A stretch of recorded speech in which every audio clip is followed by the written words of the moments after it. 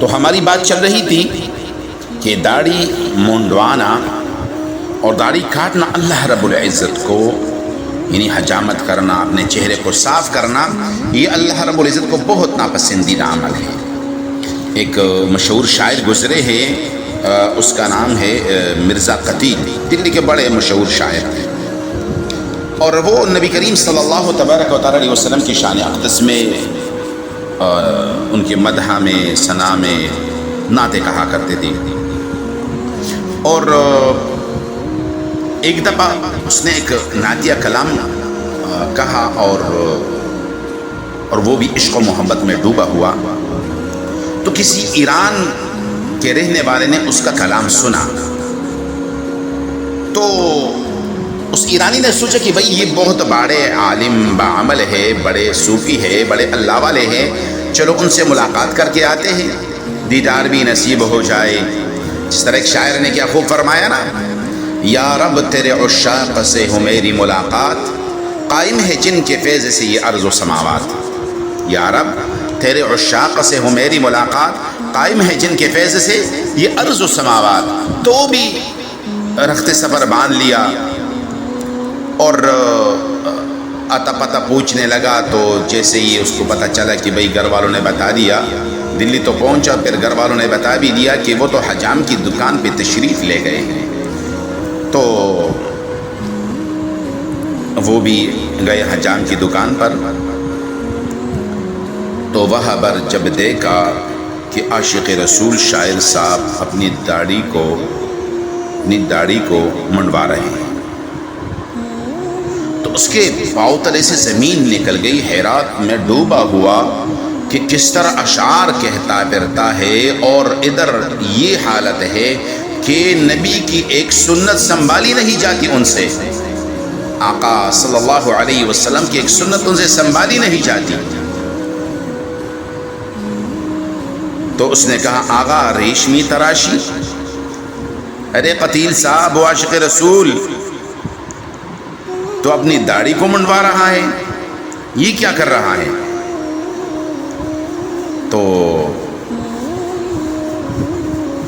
اس نے جواب دیا، ہاں داڑھی ہی منڈا رہا ہوں، کسی کا دل تو نہیں دکھا رہا، میں اپنی داڑھی کو ختم کر رہا ہوں، کسی کے دل پہ چریا تو نہیں پھیر رہا۔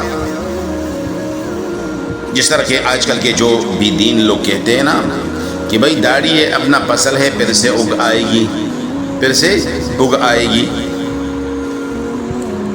تو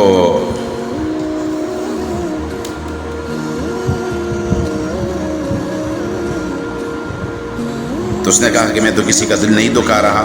تو ایرانی نے بھی کیا خوب جواب دیا،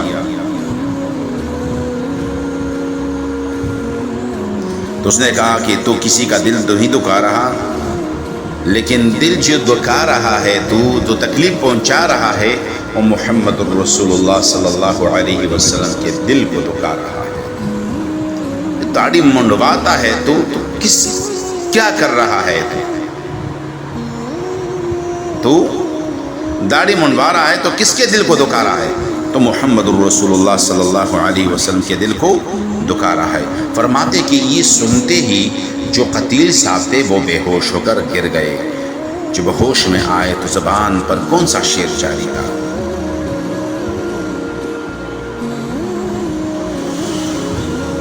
جزاک اللہ کی چشمی باز کر دی، مرا با جان جان ہم راز کر دی۔ یہ داڑھی منڈوانا بہت بڑا گناہ ہے، بہت بڑا گناہ ہے۔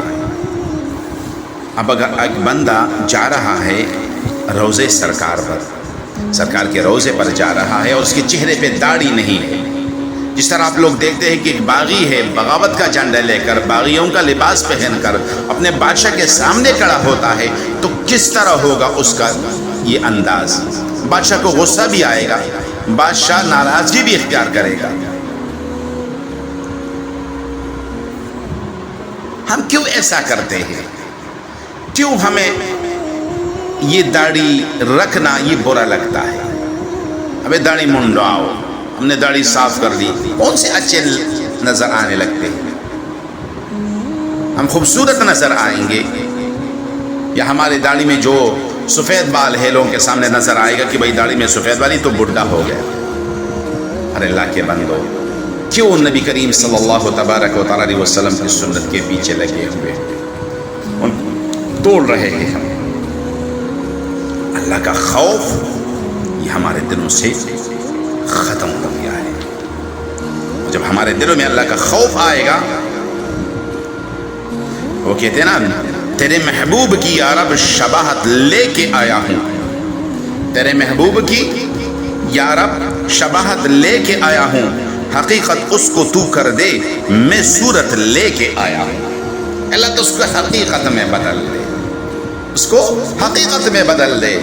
جو تیرے نبی کی شکل و صورت ہے میں اسی طرح اپنی شکل و صورت بنا رہا ہوں. اے اللہ مجھے اپنے نبی کے طریقوں پہ چلنا سکھا دے، مجھے توفیق دے، مجھے توفیق دے. اللہ رب العزت مجھے بھی عمل کرنے کی توفیق عطا فرمائے. اللہ تعالی ہم سب کو عمل کرنے کی توفیق عطا فرمائے. ایک جگہ پر آئے نا، وَمَن يَتَّقِ اللَّهَ يَجْعَل لَّهُ مَخْرَجًا. آپ کو پتہ ہی اس کی داڑھی منڈوانے کی ابتدا کب سے ہوئی؟ نبی کریم صلی اللہ تبارک و تعالی وسلم نے فرمایا کہ لوط علیہ السلام کی قوم کو اللہ تعالیٰ نے کیوں برباد کر دیا. ایک تو ان میں سے ایک کا ذکر تو خود قرآن میں موجود ہے کہ وہ بدفعلی کرتے تھے، غلط کام کرتے تھے لڑکوں کے ساتھ، اور دوسرے بعض گناہوں کا بھی ذکر فرمایا نبی کریم صلی اللہ علیہ وسلم نے کہ وہ داڑھی منڈاتے تھے، ٹخنے ڈانگتے تھے، گانے بجاتے تھے، اور بھی بہت سی برائیوں میں مبتلا تھے. اور وہ ایک بات یہ بھی تھی ان میں کہ وہ سیٹیاں بجاتے تھے، سیٹیاں بجاتے تھے. اللہ رب العزت ہم سب کی حفاظت فرمائے. اللہ تعالی ہم سب کی حفاظت فرمائے اور ہم سب کو نیک اعمال کرنے کی توفیق عطا فرمائے. وما علینا الا البلاغ.